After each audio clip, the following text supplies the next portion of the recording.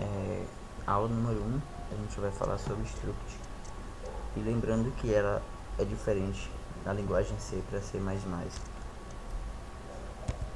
A sintaxe do struct, temos que a gente declara com o nome struct, identificador. Entre as chaves a gente tem a listagem dos tipos e membros.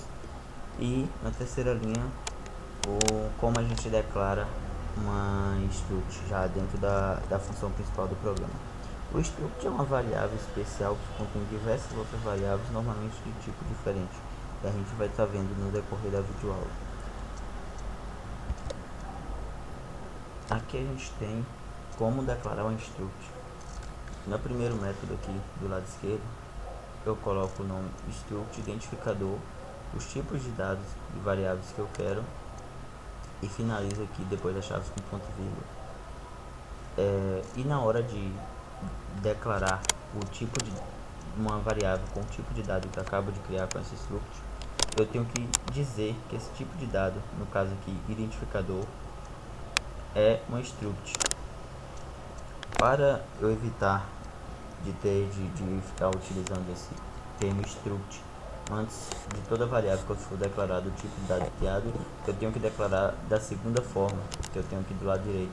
Eu utilizo o termo typedef antes de declarar struct, e no final da struct, antes de fechar ponto e vírgula, ali eu coloco o nome do tipo de dado que eu quero, diferente do outro onde eu utilizava como identificador. Agora eu tenho uma variável, um termo, onde eu escolho o tipo de dado, e aí depois, para declarar, eu utilizo simplesmente o tipo de dado que eu criei e coloco o nome da variável, sem especificar se é uma variável, se é um tipo de dado que eu criei ou não. Então temos que ficar atento na hora de declarar somente nesse pequeno detalhe. E aqui a gente vai estudar um pouquinho do comportamento de um struct, onde eu posso criar diversos tipos de dados dentro do meu próprio dado que eu vou criar.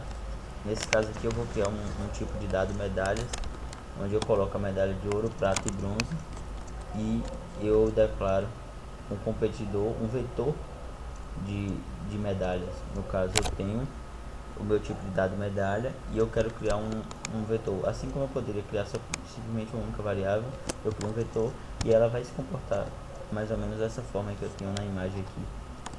E semelhante a uma matriz. A diferença de eu utilizar isso e não utilizar uma matriz é porque que eu poderia estar como ouro, prata, bronze, poderia ter uma quarta variável com, sei lá, número da pessoa ou nome da pessoa, onde eu poderia estar utilizando outro tipo de dado. Aqui eu tenho somente dado do tipo inteiro, mas eu poderia estar utilizando do tipo float, do tipo